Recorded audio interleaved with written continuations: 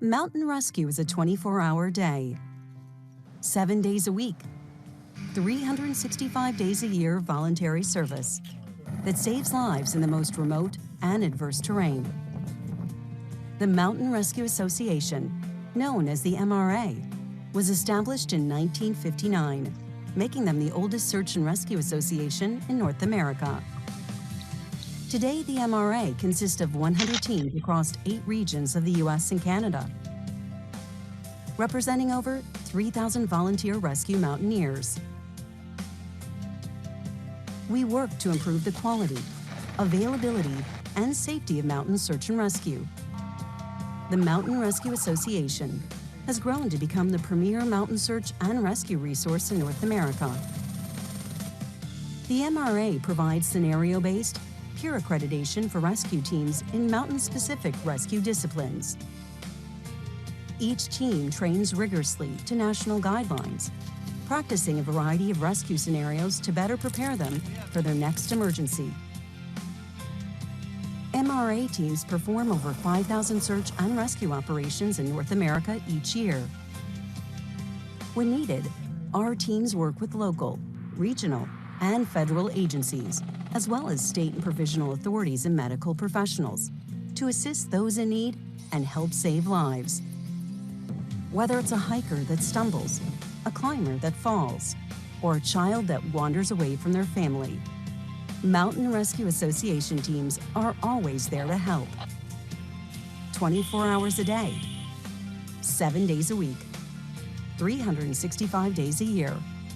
Our professional volunteers dedicate themselves to saving lives through rescue and mountain safety education. Operation, go for operations. Team 1, heading into the field. Mountain Rescue Association. Courage, commitment, compassion. Hey everybody, welcome. Charlie Szymanski. It's good to have you all here. Welcome to what I think is by now maybe our 10th Third Thursday. It's really exciting to have everybody along for the ride. Real privilege to have you here. Tonight we have a very special presentation, and I'm going to go straight to our PowerPoint so I can walk you through what the night's going to look like and many of the different things that are going to lead up to it. So with that, let me just tell you thanks to our presenter, Heiko Stopsack. I'm going to introduce Heiko in just a few minutes. But first, as if you've been with us before for Third Thursdays, there's a few things we want to cover in the introduction, not the least of which is let me make sure things are moving here. There you go. Thank you, Michael St. John. Michael's not with us tonight, but Mike from Marin County Search and Rescue was the guy who came up with the concept of Third Thursdays many months ago because of COVID.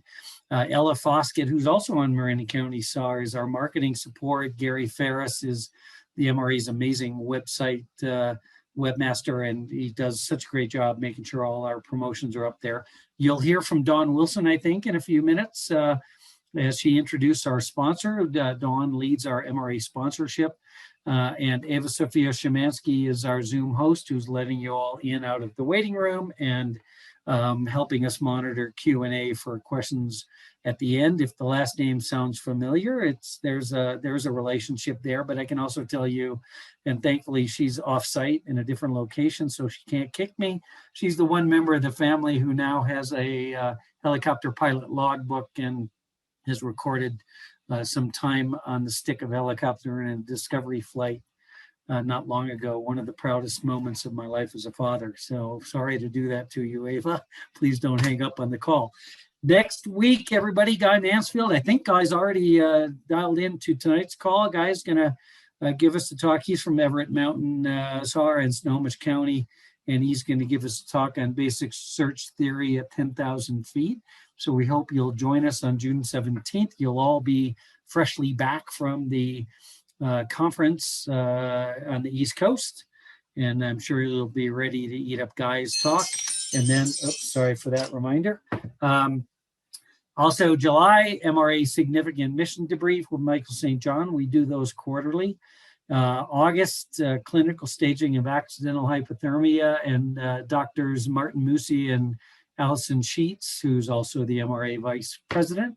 They're going to be premiering the Swiss model for clinical staging of accidental hypothermia. And then we thought we'd have some fun in September with Tom Woods, who's going to do a presentation on a Glacier Cave Explorers expedition into the Mount St. Helens volcano.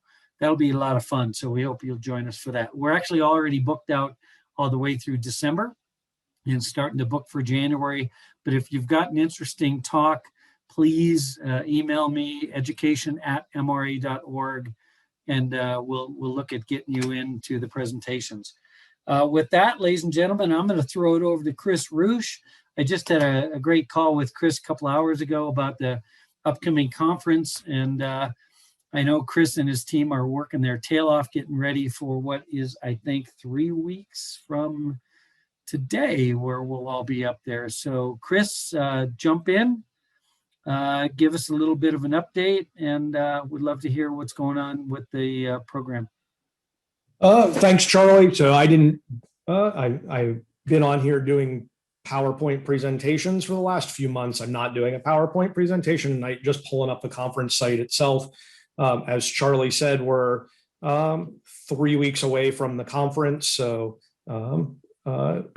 we're getting down to the wire. If you would like to join us, there is still room because of the COVID situation. We're getting a lot of late registrations, including sponsors. We signed up several sponsors this week. SMC decided to join us today. So there's still room for you if you haven't signed up yet.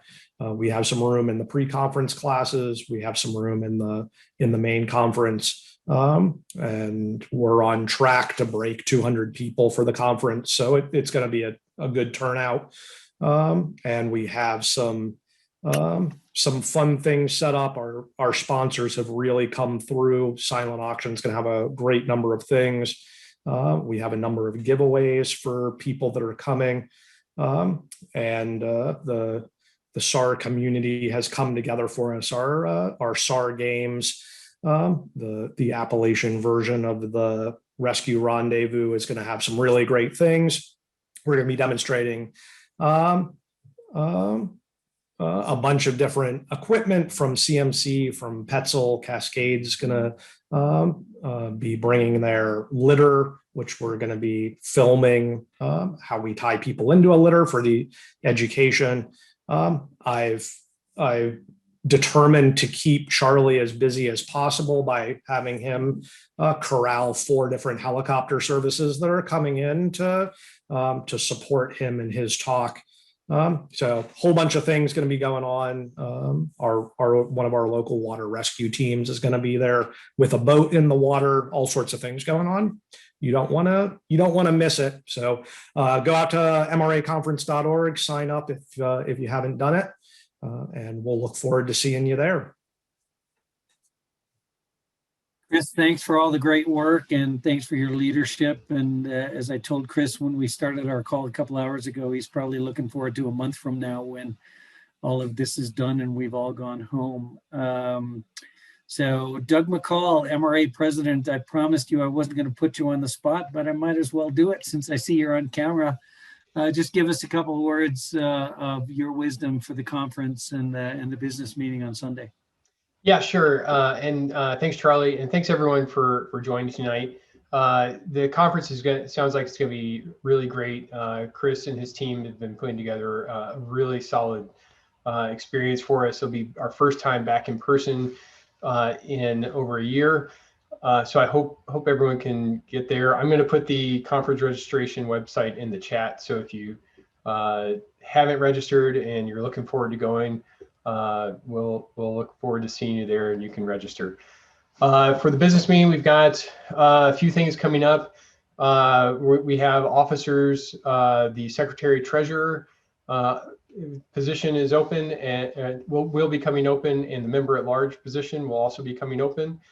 We have some candidates for each of those positions, but if you're interested reach out to your region chair or to me at president@mra.org.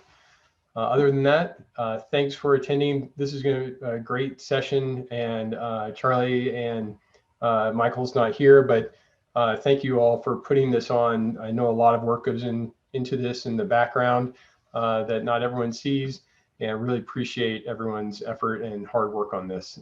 This is a true value to the MRA. Thanks, Doug. Thanks for your support of this. And also, I should point out, you appreciate your recognition of Michael and me, but really the hard work is on the part of the presenters, and we're going to get to Heiko in about 3-4 minutes. But first, I want to introduce Dawn Wilson, who I know is on the call tonight. Dawn is not just a rescue rock star on my team, Alpine Rescue Team here in Colorado, but she also runs the MRA sponsorships.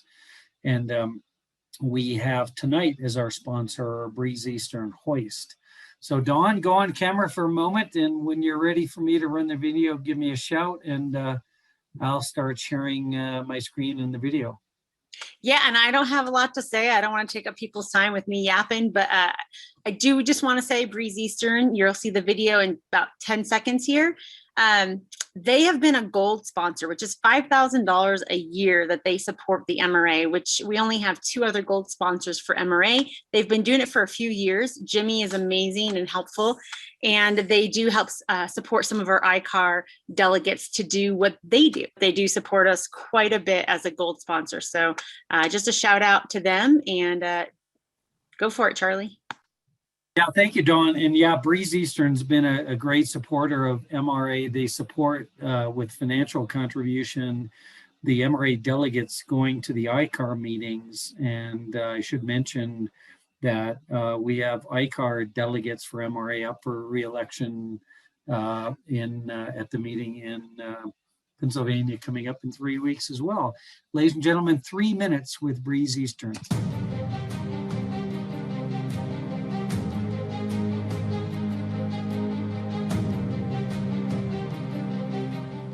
For over 80 years, Breeze Eastern has designed and manufactured battle-proven aerial rescue equipment.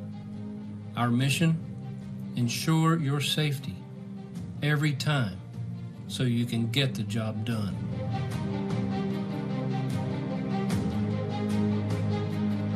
Breeze Eastern is proud to introduce the first alternative cable designed specifically for helicopter rescue hoists, the 4-strand. This patented design is the form, fit, and functional replacement cable for Breeze Eastern 600-pound rescue hoists. Through years of laboratory testing and flight usage supported by the U.S. Army, the 4-strand has earned multiple civil and military airworthiness certifications and is undergoing live usage today. The 4-strand cable is very different from the existing 19x7 cable, being composed of 4 mechanically compacted parallel strands twisted around a non-structural fiber core. The 4-strand is designed to resist loosening, sometimes referred to as milk-down or bird caging. Pilots, maintainers, and operators are familiar with the phenomenon on existing 19x7 cables. First impression, I'll be honest, I loved it. The look of it, the feel of it, compared to the 19.7, it seemed like it was going to be a much better cable. There's no difference up front as a pilot. All the differences have been in the back.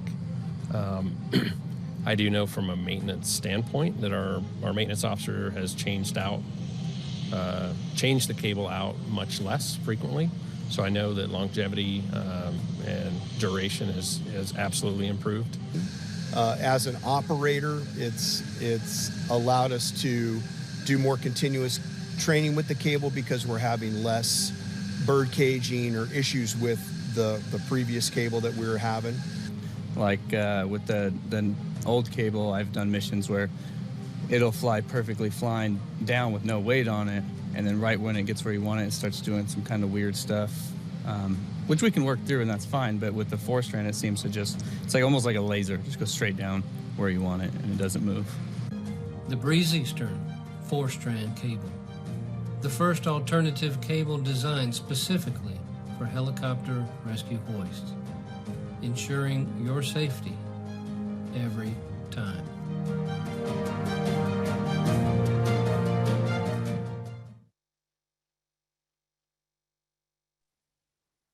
So I want to add to Dawn's comments and thank Jimmy DiQuolo, Breeze Eastern, just huge supporters of us, those of us that have hung from tiny little strands of cable on their helicopters.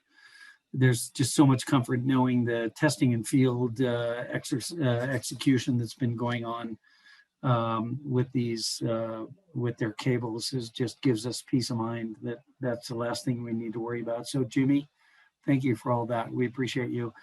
Ladies and gentlemen, it's my privilege now to introduce our keynote speaker, Heiko Stopsack. Heiko is a senior paramedic and rescue specialist with King County Sheriff's Search and Rescue, member of the Hood River Crag Rats, one of the first teams that were involved in the formation of the MRA. And for 39 years, he's been responding to search and rescue operations and as a emergency responder in King County, Washington, and in the volcanoes and mountains of the Cascades. He is also an avalanche safety and backcountry skiing instructor. And gosh, ladies and gentlemen, it's a really distinct privilege. And I'm going to stop sharing my screen so you can now see our keynote speaker, ladies and gentlemen, Heiko Stopsack. Heiko, what a privilege. Thanks for joining us tonight. Thanks, Charlie, and the MRA, my MRA friends. Thanks for having me tonight. And again, Charlie and Doug for allowing me to talk about tonight a very near and dear topic to my heart. It's just great to join everybody from the backyard of Falls City, Washington. So I'm going to share my screen with my PowerPoint. And Charlie, is my audio still good and everything? Yeah, we copy you loud and clear. You're good. Okay, good. And I'll let you know if we don't copy the video audio. So if you play video and you don't hear me jumping in, we're good. Okay. Okay. Sounds good. So I'm going to tonight, everybody, I'm going to talk about a topic of mass casualty incidences in the mountains in remote, austere environments. And as we all know, it's just not if, it's when. And my goal tonight is to share again my passion about mass casualty and hoping that the MRA will become more vigilant and prepared for these events. And when we get these events in the mountains, we're tackling these problems with minimal resources. A lot of times our hasty teams are consisted of 2, 3, 4 members going off in the mountains and trying to mitigate this natural disaster or human-made disaster that's involving some victims that need immediate medical care. Historically, throughout the United States and North America, we've been dealing with these problems of mass casualty incidents for well over 100 years, if not more. Some of the things that have put this on my radar, a little bit of historical interest, if not a little bit of morbid curiosity, and how did these folks manage this in history? And a lot of our MRA partners in the last 50 years or more have dealt with these. And listed on the screen here is some of the incidents that have piqued my attention and I've done some reading about. All the way from 1911 up to 64 folks were killed in a large scale avalanche on Stevens Pass. And that's a historical event. All the way to 2019 in the Tatras in Zakopane, Poland, where our friends in Poland, Toper, managed lightning strike that had well over 100 people involved in massive critical injuries and life-threatening situation. And that took an entire region of Poland to manage. So we just have to go back and look in history and see that other teams and other organizations have managed this and the lessons they have learned from that. I want to shout out to Northwest Rescue Legend for giving me this idea a few years ago to kind of peek over the fence and look at MCIs. And that's Peter Lindy. He's one of our co-workers. A lot of the Northwest folks know him, and he snuck one on us during a training session, said, "Get in, we're going to train for an ATV accident," and put me on the hook. And with a big grin, Pete, as I was looking down above the accident scene, there's 15 SAR volunteers, all in a moulage in a mock multi-casualty incident. And he lowered me down, and we had to manage that. So thanks, Pete, for giving me the inspiration to present this topic to the body tonight. So the objectives tonight, again, I want to raise awareness within the MRA that MCIs are an ever-present threat. Also highlight key points for the management of an MCI, and present experiences and lessons learned from other rescuers. This is a bit of a combination or multimedia event tonight. We're going to have a live interview with one of my coworkers who managed MCI. And then one of the crag rats that I volunteer with had a really significant incident. And that's a video presentation that's going to be inside the presentation, or in my presentation. So not only you're going to hear me talk tonight and maybe blather on, I'm going to let some real gentlemen talk about their experiences and lessons learned. And then at the end of this, I would like you guys to go home back to your teams and begin planning. And hopefully I've inspired you to plan and at least have a discussion within your team about MCIs. A MCI cannot be managed alone. This is a regional effort. It takes all us players in the state or in the county to have a successful outcome. It's the SAR groups, it's the local fire department, EMS, hospital network, law enforcement, federal and regional government. We cannot do this alone. So when you go back to your teams or in a meeting and you have these discussions about mass casualty events, it's going to have to be included with your other partners in your area. So I'll share a quick experience about my MCI, a major one. Even though at times a simple car accident or a 2 or 3 patient shooting, which unfortunately seems to be a normal trend during COVID, that's a casualty incident. But mine, my one career big event of 100+ patients was about 20 years ago. And I was acting battalion chief, and I got a phone call from one of our local emergency rooms. And they said, "Hey, can you swing by and give us some morphine? We're locked out of the drug vault for a reason. We have a heart attack patient." I'm like, "Yeah, no problem. I'll drive by." As I drove into the emergency room parking lot, I saw the entire 50-patient emergency room in the lot, and they had a catastrophic power failure. And no one mentioned that this was a mass casualty event. No one said that, "Hey, we've got a power failure."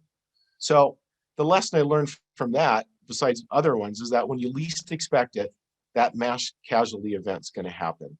So we evacuated 110 patients, put them throughout the Puget Sound region's hospitals. We had active surgeries, we had ICU patients, vent patients, and ongoing OB deliveries to manage. So it was an entire day event, and a lot of good lessons were learned from that. But most of all, when that phone rings, we never know what's on the other end. It could be that mass casualty event. And the definition of a mass casualty event is when the number of victims overwhelms or substantially stretches the technical and medical resources of the Mountain Rescue Service. And especially in our business in the mountains, I think we're a little bit behind the power curve. We have multiple aspects to deal with. We have rescue, we have weather, and so we really need to be vigilant on mass casualty events and have a plan in place. So when do you become overwhelmed by that event? Or when does your resources become stretched? And that's the question I think we should all ask. Is it at that phone call that the sheriff gets that there's an event? Or are you already stretched at the trailhead? And in order to have a good outcome, your initial actions determine the course of the incident. And that's one of the lessons I have learned over the years, is that set yourself up for success. Pre-plan, talk with your teammates, hash out that plan, and then go forward. And especially in these mass casualty events, to have a written plan in place that so everybody's on the same page is really vital. And again, that's going to require action sooner than later, and sitting down and writing a document and training on that document. And so that's one of the big lessons I have learned over the years. With the help of Doug and Charlie, I was able to put out a survey to all the teams in the MRA in the United States. And I asked 5 or 6 questions regarding teams' mass casualty plans. And one of the first questions I asked was, does your organization have a dedicated mass casualty plan in place? And out of the 39 MRA teams that have responded, 26% said yes. 74% of our teams do not have a plan in place. And I just decided to do the survey to see what's out there and where maybe our holes in our preparedness exist.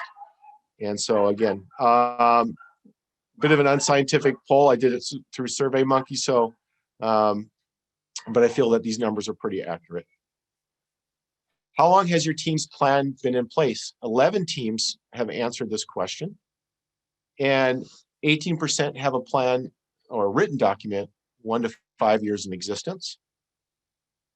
5 to 10 years, 27% of those teams, and over 10 years in existence, 55% of those 11 teams.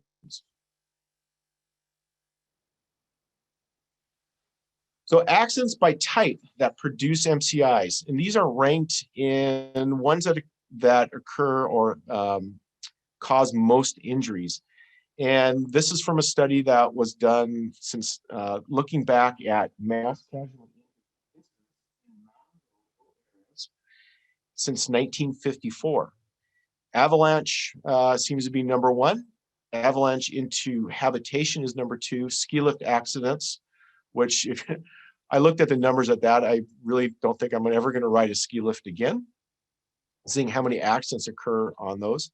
And lightning is number 4, lost group, and water-related incidents, and they also classified others. So hopefully that's information for your teams to look at. Where do you want to put your preparedness in? Do you have a lot of ski areas in your resort or in your response area? You have a lot of avalanche risk in your area. So hopefully we can, focus our attention to those areas and be prepared. So key components to mass casualty incident management is followed by identifying that you're actually in an MCI and the initial response. And that's a key. Do not fall behind the power curve on this one. Leadership and command, triage, treatment, organizing evacuations, identification, and traceability, learning from the experience, and planning and training are the top areas that we do if we're going to create a plan or carry on, and those are the areas that need to happen in order to have a successful outcome of MCIs. So if you get on scene, what are your initial tactical priorities? We have identified through lots of studies and lots of my experience of safety. Do not add to that patient account. Through my personal rescues, I'm always amazed that we put 20 people in a hazardous environment for one victim, which is great.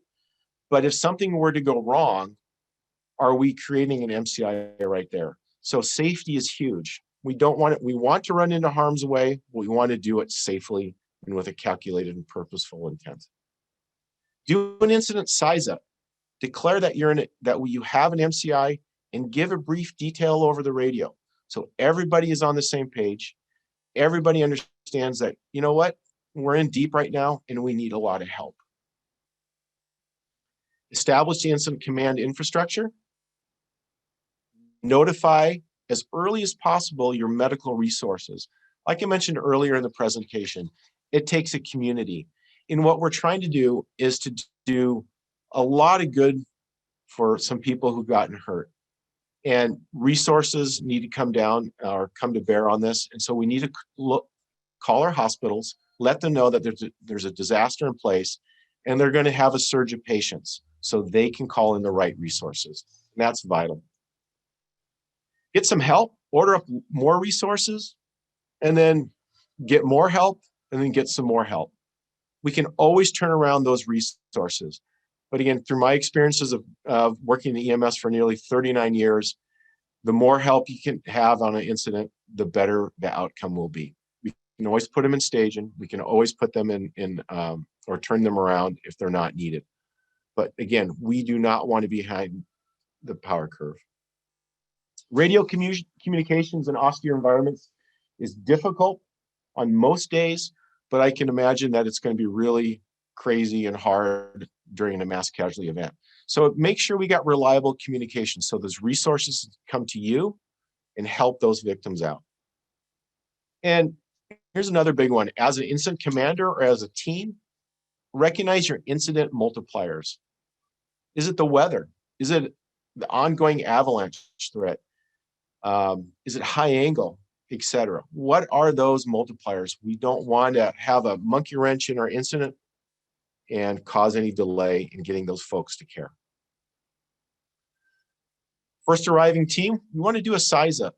And I think the MRA does a pretty good job as rescuers, but in the fire service and in the other rescue world that we on fire scenes, we have the habit of doing a size up. It puts everybody on the same page. It communicates the hazards, the dangers, and what's going on. So it's a good habit to declare that you're an MCI and give a size up. And what are those key points of a size up? And here's an example from the Massachusetts Department of Health during one of their mass casualty policies that they. Methane is the acronym: major incident declaration, exact location, type of incident, hazards, access to the scene, number of casualties, and what type of response is needed. And this is a good example of what an incident size up should contain. Keep it simple because the environment's not going to. We all work in the mountains. We know it's going to rain, thunder and lightning, hail. So set yourself up for success in that environment.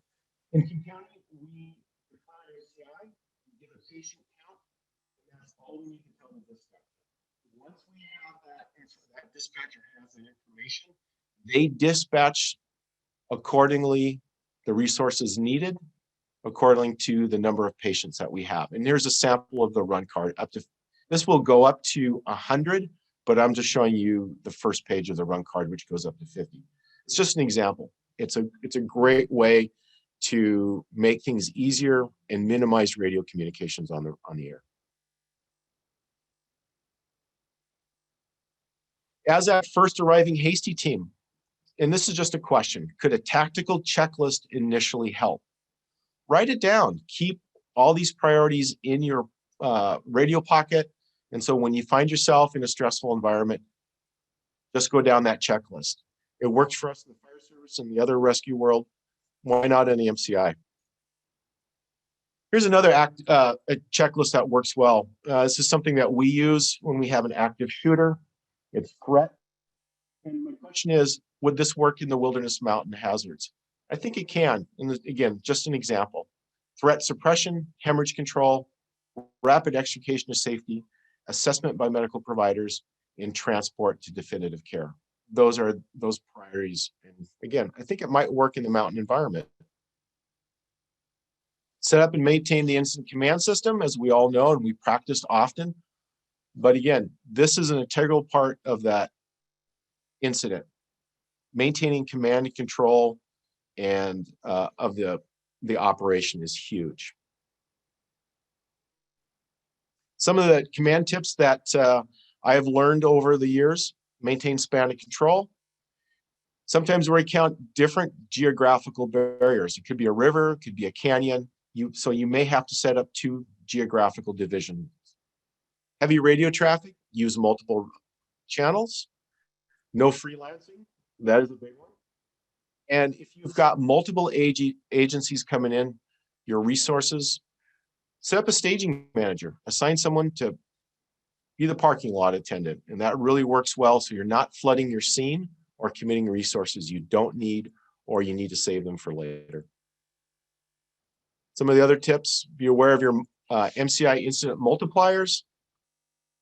what's going to make things worse for you? Are there non-SAR rescuers entering the environment? Are you trying to do a beacon search and they're polluting the environment while you're doing your victim searches? This is kind of hard for us in the mountain world.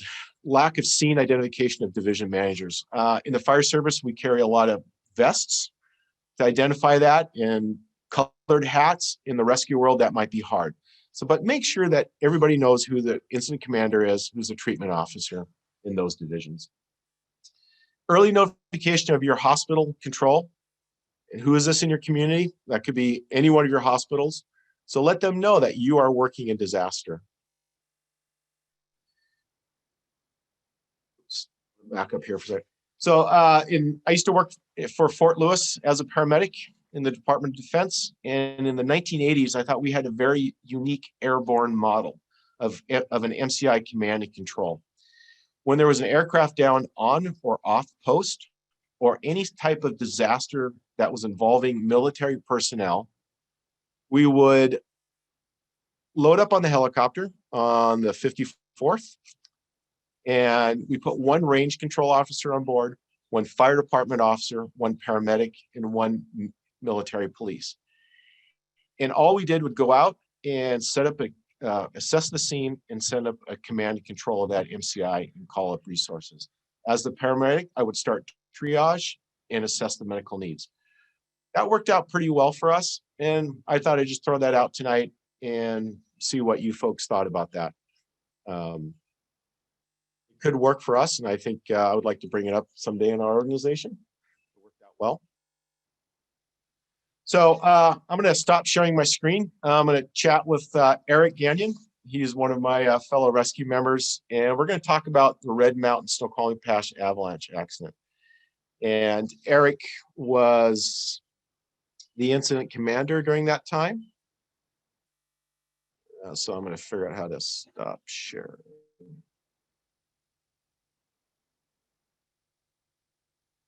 Okay, Charlie, can everybody see both of us? Copy you. We got you. Yep. Okay, good. So everybody, this is Eric Gagnon. He's one of our fellow rescue specialists and lead rescue guy in our organization and a good friend of mine. So I want to say thanks for having him here tonight and sharing it. I've prepared 5 questions. And this is going to be the same set of questions that I'm going to ask in the video presentation to Wes from the Hood River Crag Rats. So Eric, tell us briefly about your incident that you encountered on Snoqualmie Pass in 2013, right? 2013, yeah. Sure, absolutely. Thank you all for having me. At the time, I was a deputy working for the King County Sheriff's Office Search and Rescue Unit, and I got a call out that we had an avalanche up on Granite Mountain, and we had another SAR deputy that was headed that way, and he called me and asked me to, at about an hour after the Granite Mountain avalanche, we had the Red Mountain avalanche. And so he had called me en route and said, hey, we need another incident commander. Please head up to the Red Mountain scene. So this occurred on April 13th, 2013, about 12:30 in the afternoon. The weather conditions, 27 degrees. We were coming into a pretty good storm front. We had forecasted up to 12 inches of snow. The actual 24-hour snowfall was 32 inches when it was all said and done. And the avalanche was at about 5,000 feet, and it was involving a Korean church group that had 13 members on snowshoes. There were 3 partial burials and 1 complete burial that turned into a fatality. The group did not have avalanche training. They did not have beacon shovel or probes, very limited communication equipment. And the avalanche conditions at the time were considerable, and they were trending up. The 2 main problems were storm slab and wind slab. So I, excuse me, I got on scene, and I should have bought a lottery ticket on the way up there because I was the luckiest person to ever run a scene like this, because on that very day, I had, and many of the members here today probably participated in this rescue. I had mountain rescue organizations from all over the Pacific Northwest on Snoqualmie Pass doing avalanche training. Everett Mountain Rescue, Seattle Mountain Rescue, Volcanic Mountain Rescue, Tacoma, Yakima, they were all up there. And within about an hour of the 911 call, I was able to deploy my first team. So gathering everybody together. And then the follow-on teams, I had 6 more for a total of 42 rescuers that went up into the scene. It sounds like you were ahead of the power curve just by luck, right? Like I said, I should have bought a lottery ticket. I got really lucky. Okay. One of the, I'll touch on this now just so I don't forget. One of the groups that we have in our King County Search and Rescue organization is an incident support team. And they were gold because they show up, they stand radio guard, they keep all the logs, they do all of the resource management in the staging area. They really make the incident commander's team, or the incident commander's job, easy. And if you don't have an incident support team, I highly recommend that you explore that addition to your organization. One of the questions you've hit a lot of them, Eric, so on your description of it. So we had many agencies there involved. How many total patient count was that again? So 13 total. 13 total. There were 3 partial burials and 1 complete burial. Take a guess at how many rescuers. You had like 4 to 6 different MRA teams there, or SAR teams. So 60, 50 rescuers there, you think? I was looking at the logs and it was 42 rescuers. So we have an incident, maybe 15 to 13 people, and it takes 40 people. That was well, so that's really resource intensive. What were some of the other factors that really made success? You talked about the incident support team. You talked about having all the teams on the pass already. Is there anything else that really made your day easier as an incident commander? Yeah, so I have to give credit to our search and rescue organization here in King County. They have made a lot of relationships with everybody from the fire departments to the ski areas to homeowners and property owners in our area. And we were faced with weather conditions that ultimately caused Snoqualmie Pass I-90 to be shut down in both directions while we were running this rescue. And as it developed, we didn't have the ability to bring in any more medical resources or evacuate anybody off of the pass because of the highway shutdown. And the relationships that were previously established there on the pass made it easy for us to ask for, hey, we need a place for 50, 60 people to stay the night. We need a medic rig an aid rig to stand by at the scene. We need a snowplow. We need whatever it was. And if me as the incident commander couldn't make that happen, I could pass it off to the fire department and they could use their relationships to get the job done. So it sounds like what I mentioned earlier is like it takes a community or it takes a village to really get this. Absolutely. Yeah, absolutely. So the next question is, what are some of the, besides the weather, I know there was a language barrier. So that was one of the factors that was a challenge to you that day. No one spoke English, right? Yeah, there were many people in the group that English was not their first language. And being able to establish an accurate number of victims that we were trying to get off the mountain rescue was very difficult. And I remember having to dial our language line that we use in the, on the law enforcement side of the house and actually conduct victim interviews through the language line to try to establish a number of people and, work the details out. And it's, it adds a level of complexity that I really hadn't ever even thought about until that day. What any policies or training or equipment that you guys or the sheriff's department or the other SAR groups are anything that you implemented afterwards after that? Yeah, from the sheriff's office side, we have increased our training and development of SAR officers significantly.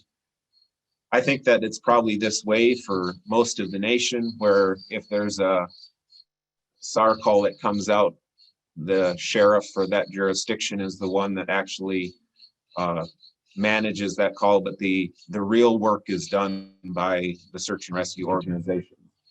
But that deputy that gets that goes out to the scene, that is the incident commander, I think that we were not giving it its due. It's the importance of that role. Yeah, exactly. We were not putting enough time into those deputies, and it has been increased significantly. And from the search and rescue organization side of things, they were very. I'm going to give them a shout out. I think it's the volunteers are gold, and they had a lot of preparation already in place. And some of the stuff that was really helpful was they had they still do have a cache up at the Snoqualmie Pass fire station. It's our own cache. It's filled full of food, water, medical supplies, rescue equipment, cots, sleeping bags, all of that stuff. And you never really think, well, we can always just drive down. Well, that day we couldn't do it. So some of those big lessons learned. Leadership is huge. Getting that person that is incident commander, they know their responsibility. They're orchestrating this big event. And the other thing is, identifying the risks ahead of time and putting a cache out there so you're not behind that power curve. Right on. Okay. Yeah. And to wrap it all up, I would say that identify it, call for more resources than what you need. And like I said, I got so lucky that day. You can always turn them around. Like Heiko said, you can always put them in a staging area, but if you don't have them, you can't use them. Don't be shy about it. Good words. Yeah. Thanks, Eric. Thank you all. Hopefully that was helpful. It's always good to have, people that were there sharing their experiences. And so I'm going to go back. I'm going to share my presentation and pick up where we left off.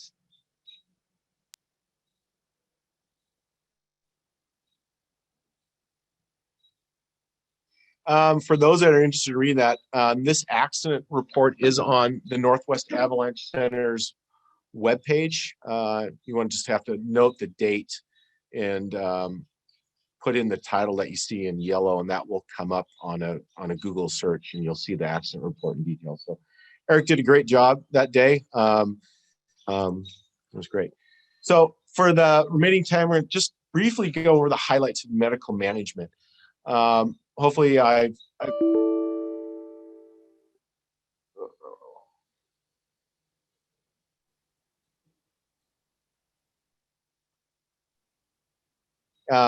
there was just a message that came up. Hopefully somebody can hear me. We got your back, Heiko. We got your, okay, got your foot. Super. Okay. So medical management is the next topic. Aside from setting up a good command system, getting the ball rolling, the next piece of work that we have to do is taking care of our sick folks that we got on the ground. Again, this is a separate division inside the incident command system, and we need to establish a medical group supervisor. Next responsibility is triaging, treatment, and transport. This may be hard to establish when we have a limited number of folks in the field. Some of my friends at the Crag Rats, we know we go out sometimes with just 4 or 5, and trying to fill every one of these incident command positions may not be possible, so you may have to wear double or triple hats of responsibility. So that's really important to set those up. So triage, what is triage? An early identification of who initially needs immediate care and evacuation. Again, you have to have a triage officer and establish that. And some of the tips I have learned over the years of triaging is have a system that all the responders can use and understand. And again, got to train on this, set policy, make sure everybody's on the same page and understands it, especially all your regional players. So when they come in and help, or they do mutual aid into your area, they can triage accordingly. Funnel points, control your entrance and exit points. This is really vital to making sure that all your victims are accounted for and they're getting directed into the right treatment area. Have a weatherproof identification system. Here at work, we use flagging tape of the different colors to identify their categories, and we use a magic marker pen to identify their numbers of that patient. Remember, in our austere remote mountain environments, weather may hinder pulse or capillary refill assessment. We are doing these rescues and managing these incidents in the mountains with minimal vital sign taking equipment. So again, remember that weather may hinder that, and so you may have to adjust accordingly. It is, you may over and under triage your patients. That's just a known thing to happen, so just be aware of that. And you may have to re-triage, and that is okay to do. And that's going to be up to one of the officers in that medical division. This is something that I'm just going to go over briefly. There are very tight triage types. I'm more familiar with the START system, which focuses on the level of consciousness of your patient, the respiratory rate, and their capillary refill. And that's how we're going to sort those folks out. There's the SALT variation of triage, and also the AV sort. And those are avalanche specific guidelines in setting the right priority to the right victim in an avalanche rescue scenario. There are a few triage categories: reds for immediate, delayed, and the minor walking wounded. So we use red, yellow, green. And for the deceased or expected expiring, we have here in King County, we have changed the color and we call it striped. We use a striped color to flagging tape. Just it was a little more politically nicer to use that term versus the word black on there that caused some confusion. So we've switched to striped. And I want to spend just a moment on re-triaging, especially at the treatment or transport collection point. In these austere environments, your patient's conditions may change. Your patient may come into the treatment area and be handled by the treatment officer who has, and usually, ideally, this is your most experienced medical person on your group. They may see something that that initial triage person didn't see and change the triage to a worse condition or a better condition. So be open to that. That is going to allow you to place those victims out in the more or to an appropriate facility for the right treatment. And you can focus your attention on those that really need it. Some of the highlights of field treatment. So we're going to treat obvious life-threatening injuries right away as we can. What advanced care is really needed in the field, and this is really tough. Some of our teams do not have advanced life support care. We're just basic life support providers, so you may just be able to do first aid and evacuate. But use your judgment. Do we have time and the resources to provide this advanced care on scene? We need to package patients in the treatment area properly for comfort and to minimize injuries. And because of this remote location, And just by the nature of where this event has taken place, are we going to have more morbidity and mortality than really expected? And so we really have to have these considerations. So I always ask myself, is it a mad dash or do we stay and play? What is the mechanism of injury? What is the likelihood of things will get worse during their evacuation? So should they go by air or ground? Or do you need to provide an IV or a secure airway prior to them doing the 1 hour litter evacuation? What is this weather doing? And here in King County, we have open treatment protocols during a mass casualty.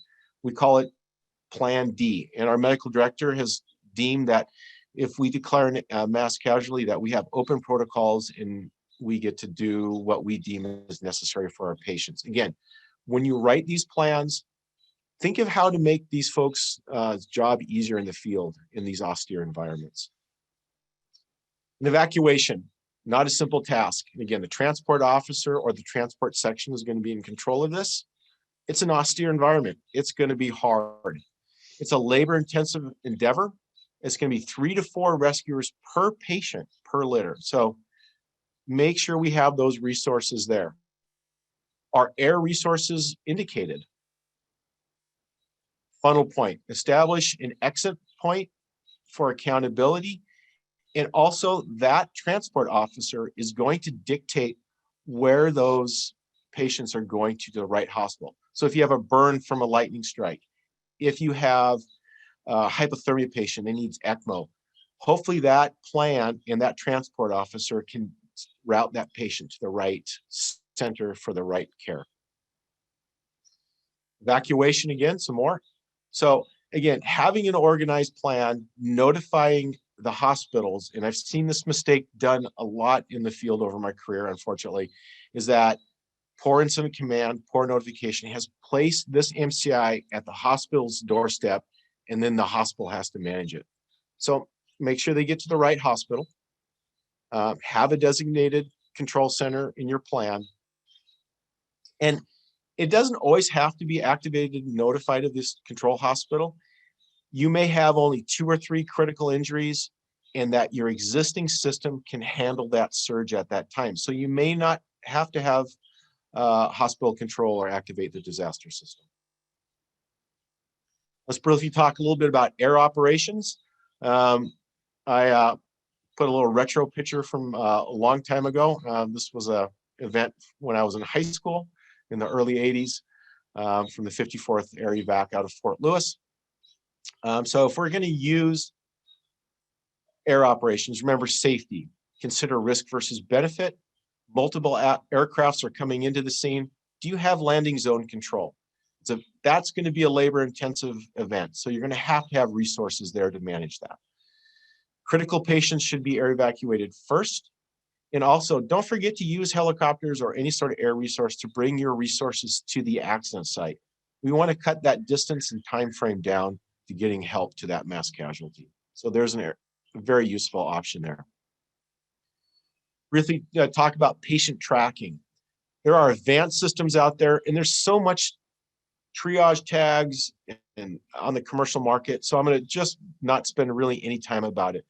But just want to let you know there are advanced barcoding systems out there, or in the mountain environment, I think a simple flagging using surveyor's tape and numbering with a Sharpie. That's going to be the best for our environment. Remember, this is going to happen like Eric's event in a major snowstorm, and we're going to be out there. So I don't think barcoding is going to, or high-tech systems are going to work in our environment. So the next thing I'm going to bring on through video is Wes Bauman, and he's going to talk about the Eagle Creek fire in 2017. And I'll let him do most of it, but this was a near miss between the Forest Service and the Hood River County Sheriff's Department and the Crag Rats. We moved 150 persons out of danger.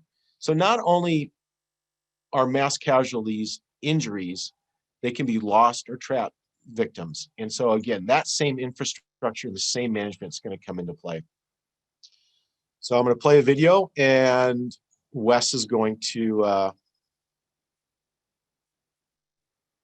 Question number one is, tell us briefly about your incident that you encountered.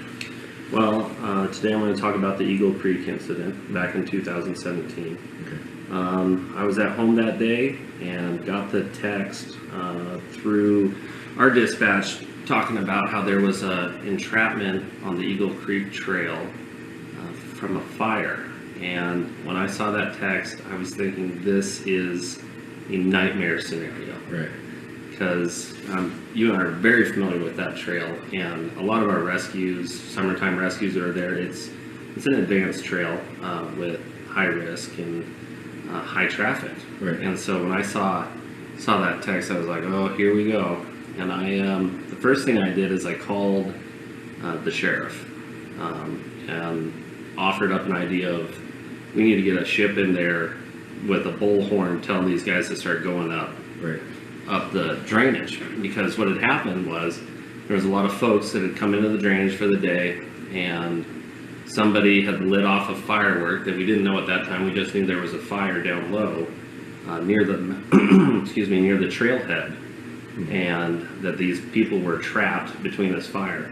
Right. And so I talked to the sheriff. They said that they had already gotten air resources up, and from there I went to. They had set up a staging area near the top, near Wadham Lake, and where they still had cell service, and I was able to tie in with the fire IC that was already established, because there had been a previous fire in that area, the Indian Creek fire, right, that had been kind of, kicking around for a little bit, not really doing anything up until that point.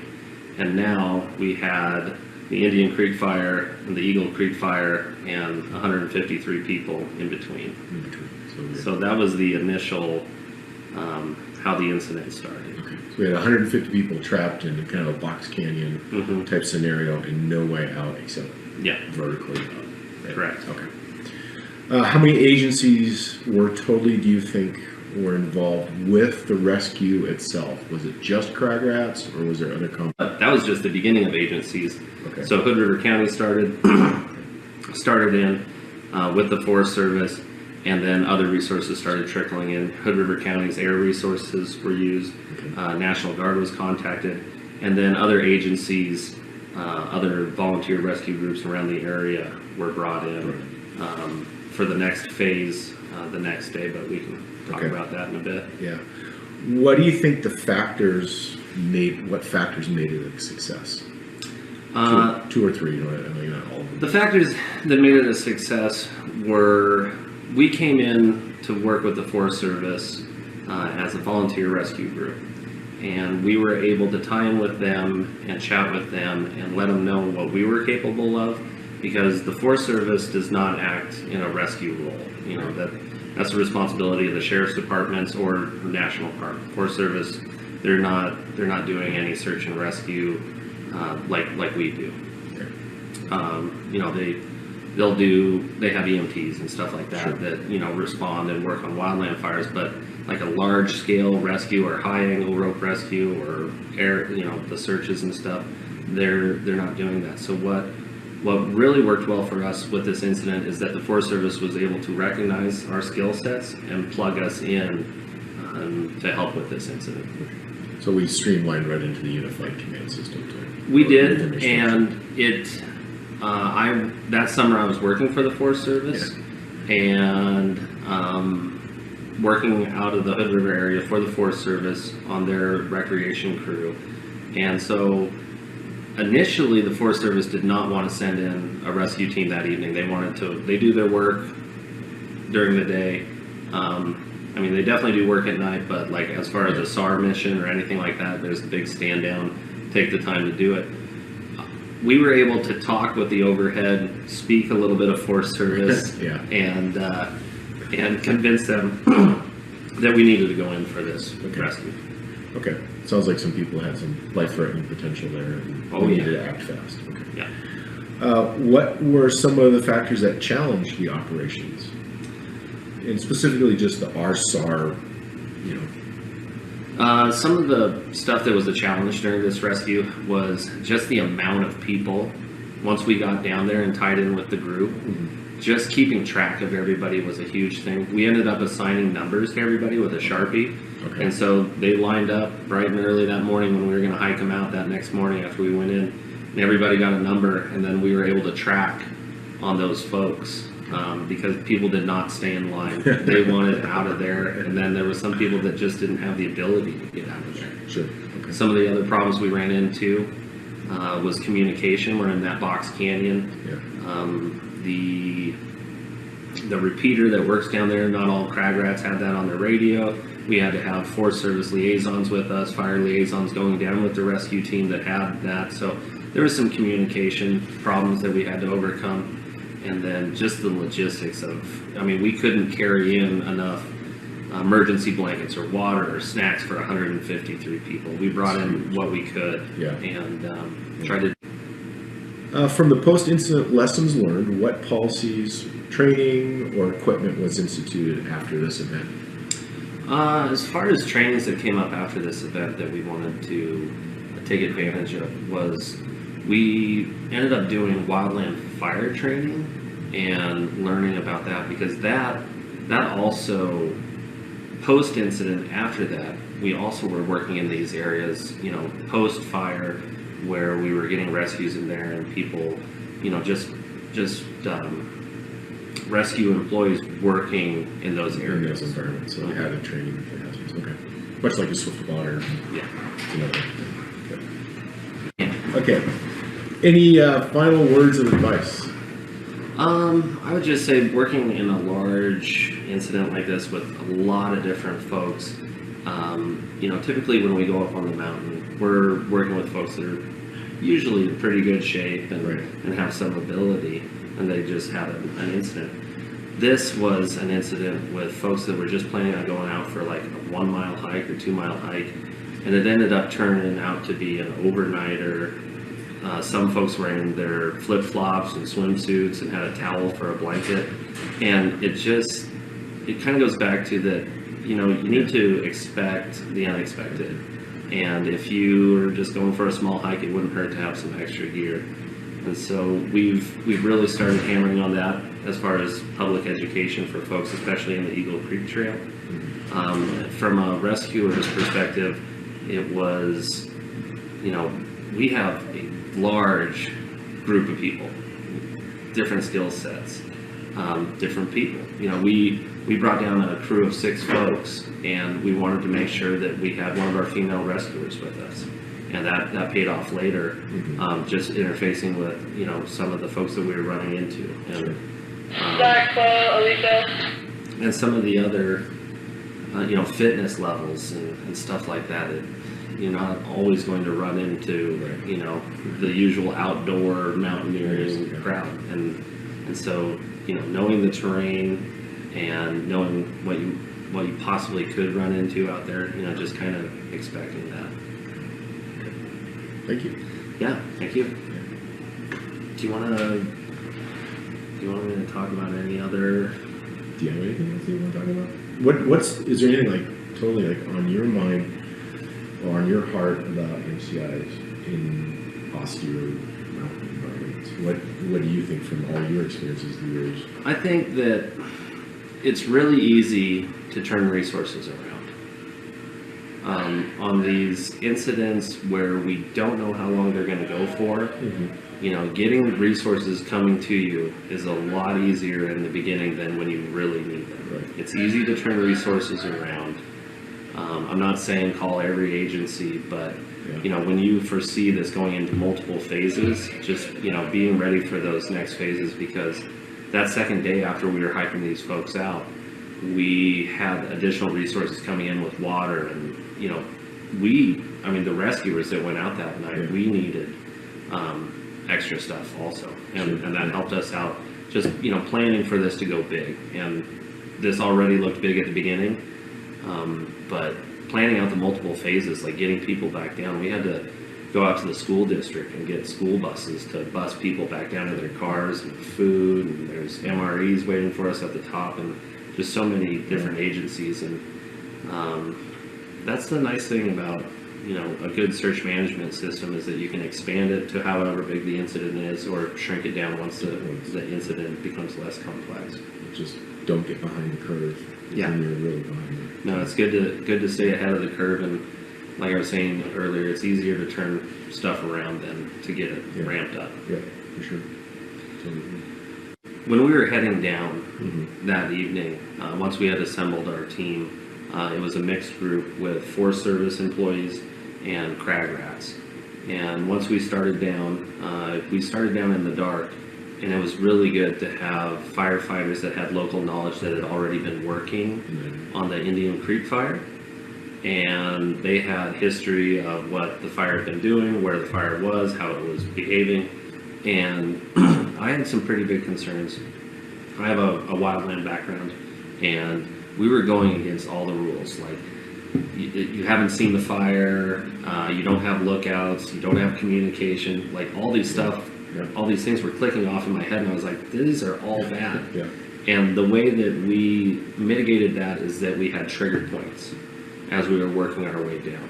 If the fire was at this point, you know, we would turn around. If the fire was doing this, we would turn around. And I was really leaning on the local resource that had been on the fire before, to really pick his ear and see if he was comfortable. And then once we did get on scene, we tied in and went through the area, and then we went down low and tied in to see if where the fire was, because that was a trigger point for us as well. Good words. Good words. So bring in some expertise on your team if it's something that's unique that you don't see very often. Yeah, having that local knowledge and plugging them in with your team. It doesn't just need to be crag rats. You know, if you have folks that have local knowledge and have the skill set, you know, let's bring them in. It takes a team to do this. So. Okay. But I think the big thing was those trigger points, because there were points where I wanted to turn around, and the comfort level of that rescue, where the firefighter kept us. Got it. Okay. Okay. Thanks, guys. Yeah, thank you, Heiko. Hope that figured it out for you. Question. Okay, so hopefully that was helpful in learning from someone else's experiences and some of the lessons learned from Wes. And hopefully you guys are seeing a trend there regarding having a good incident command system, having resources ready, and local expert knowledge, and some of the common themes that are going between Eric's and Wes's incidents. Starting to wind things down here.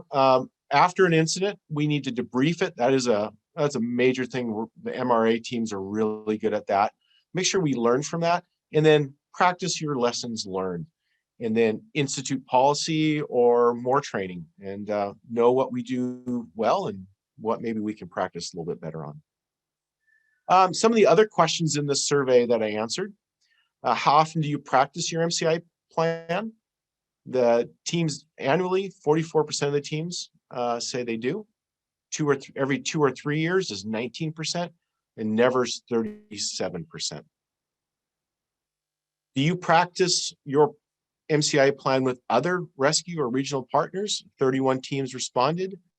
Yes, they do. No, or 80% say they do not practice with regional partners.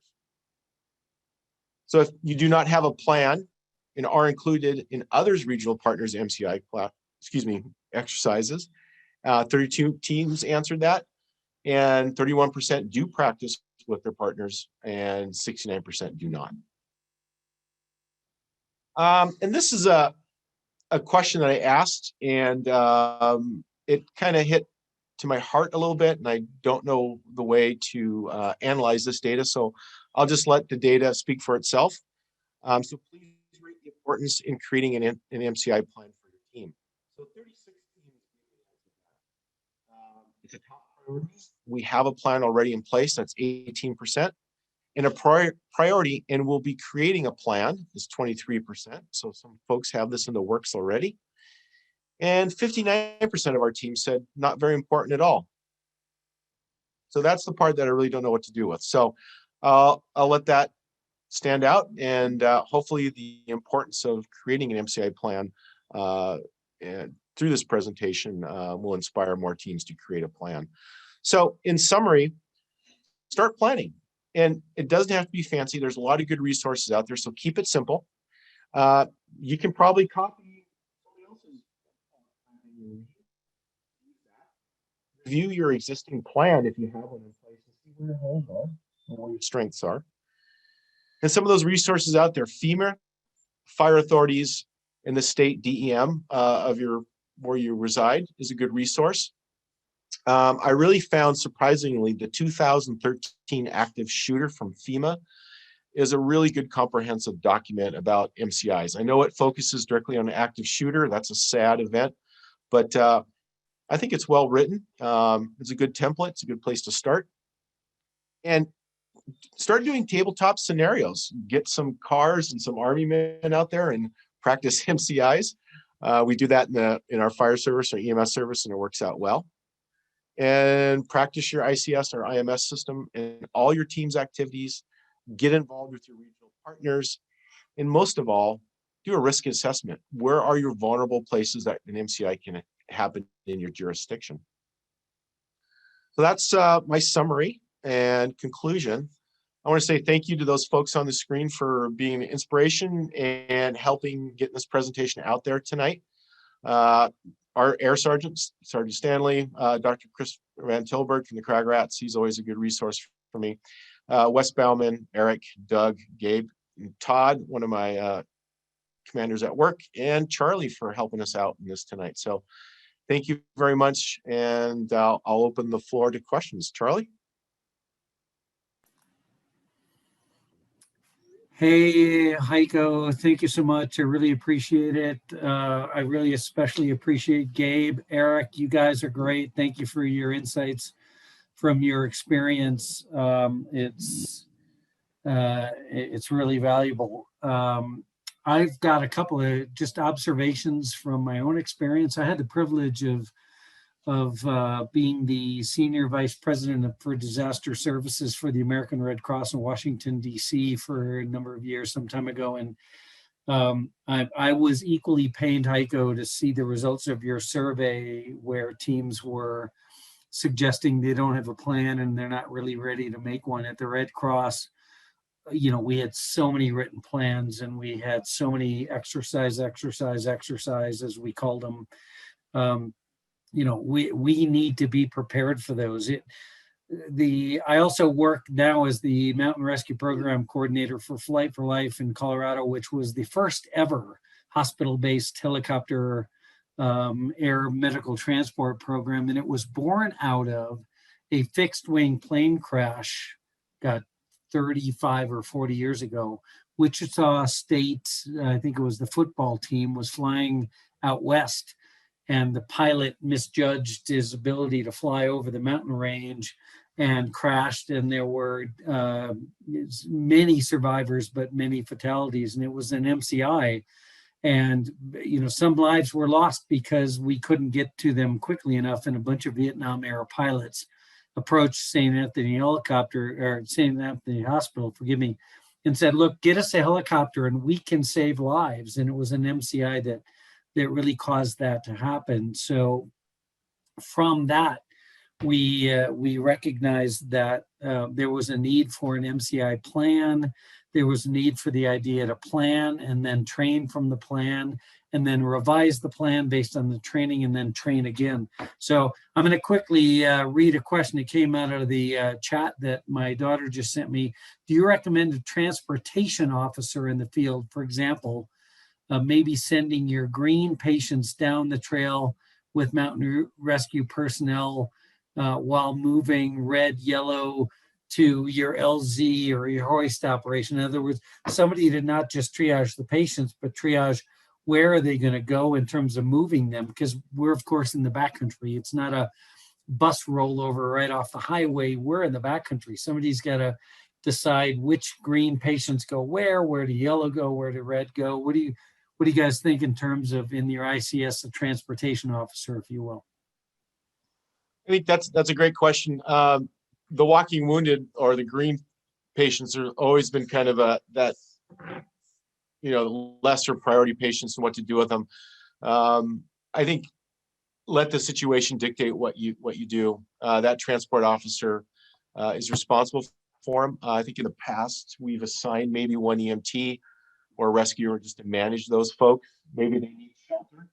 Maybe they need nutrition. I don't know if I just start sending them down the trail. Definitely they need accountability and someone to be their escort for sure. Unless Gabe has anything. My answer to that is, we always want absolutes, but if the weather conditions aren't making it unsafe for them to stay unseen, it might be one option. If the weather conditions are, then we are going to have to dedicate resources to getting them off. But I don't want to take those resources away from red patients.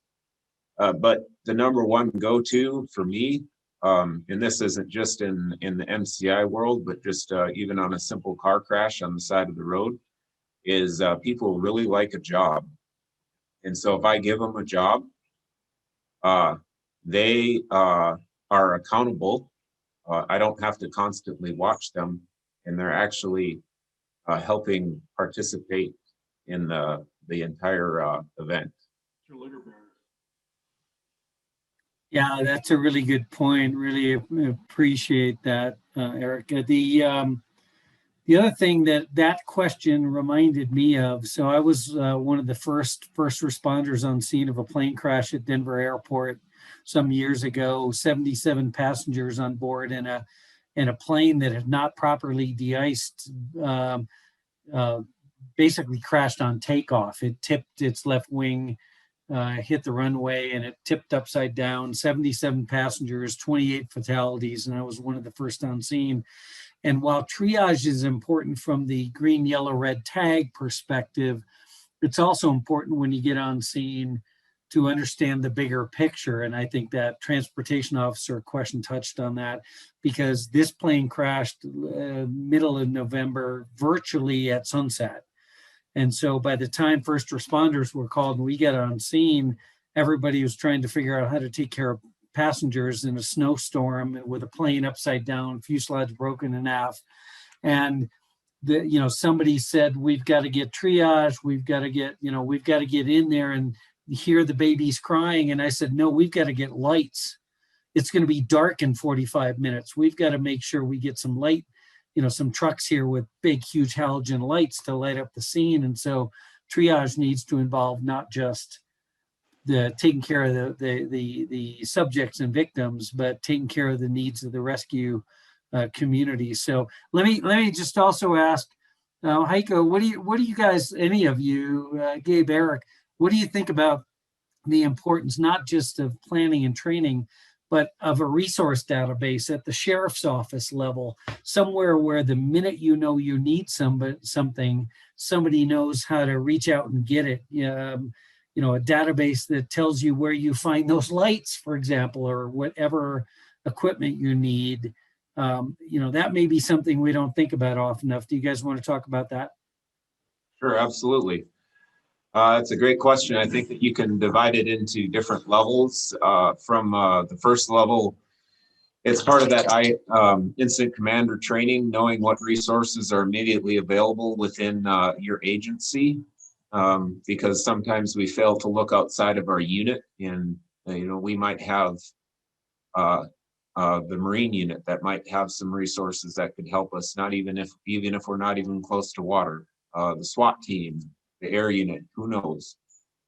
At our dispatch center, we have all of our regional resources laid out, so we can ask our dispatch to find us another mountain rescue group, or we need a metro bus up here for shelter. But the one that is it's almost like the finger of God, and that's state DEM for me, the Department of Emergency Management. And we can ask them for anything, and they have their resource list. It's all typed out, FEMA types. And if we ask for it, they don't ask why, but you better be prepared because it's coming. And we've pulled MRA folks all the way from Montana. Shoot, I'm looking at it right now. I'm looking at Mount Si in the background. We had a squirrel suit, a wingsuit flyer that crashed into the mountain a while ago, and we had mountain rescue organizations from all the way out to Montana climbing all over that place trying to recover them. And that was a call through state DEM, and basically we just had to be prepared to manage that resource when we got here with food, shelter, and supplies. Does that answer the? Yeah, and you guys reached out well, because a friend of mine in Utah, drone operator, helicopter pilot, was up there helping. He's also a base jumper, and he wanted to help, and the all call went out, and it made a difference.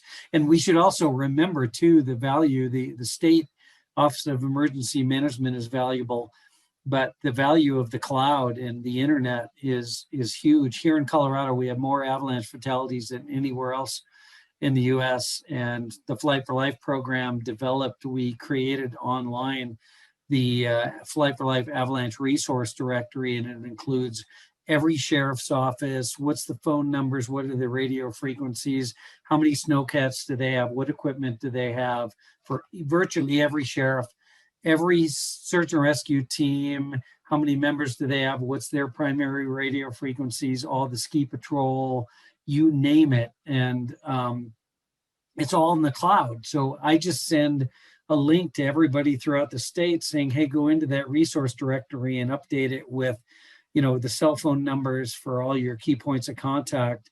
And, I just send one email. It took me hours every year to create a Word document and email it to everybody.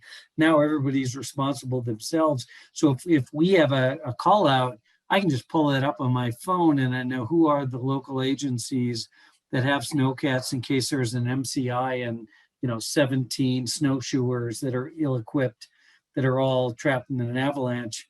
We've got all those resources available to us right away. And Eric, I think it was you who said, better to, my words, not yours, but better to have it, not need it, than need it, not have it. So, figure out what you need and start calling for it right away. So with that, I just want to thank you guys. We're just a couple of minutes after the bottom of the hour. And Heiko, thanks for the inspiration of bringing this program to us and the reminder. And I think we need you presenting this at the next MRA meeting in Estes Park, June of next year, because we can't understate the importance of MCI planning. And like I said, plan, train, revise the plan, train some more, and really appreciate you. And Gabe and Eric, thanks for being live on camera with us. And my final thanks to the roosters in the background that we heard a couple of. It's Fall City. Yeah, Thank you very much for having us. Heiko, any closing remarks, and then we'll say goodbye and we'll thank you. Yeah, no, thanks to my coworkers here, my friends, and thanks to Gabe for letting us use his house and his internet. No, just hopefully I've inspired people to take a closer look at this thing and be more inspired to create a plan. But thank you, Charlie. Thanks to all you guys. And the closing comment from our MRA president, who I noticed in the chat, was send me an MRA team when I need them. I don't care what state they come from. Doug, great comment to close us off. Thank you, everybody. Everybody have a great time. We'll see you in July with our next one. Thanks, Gabe, Eric, and Heiko. Thanks, guys.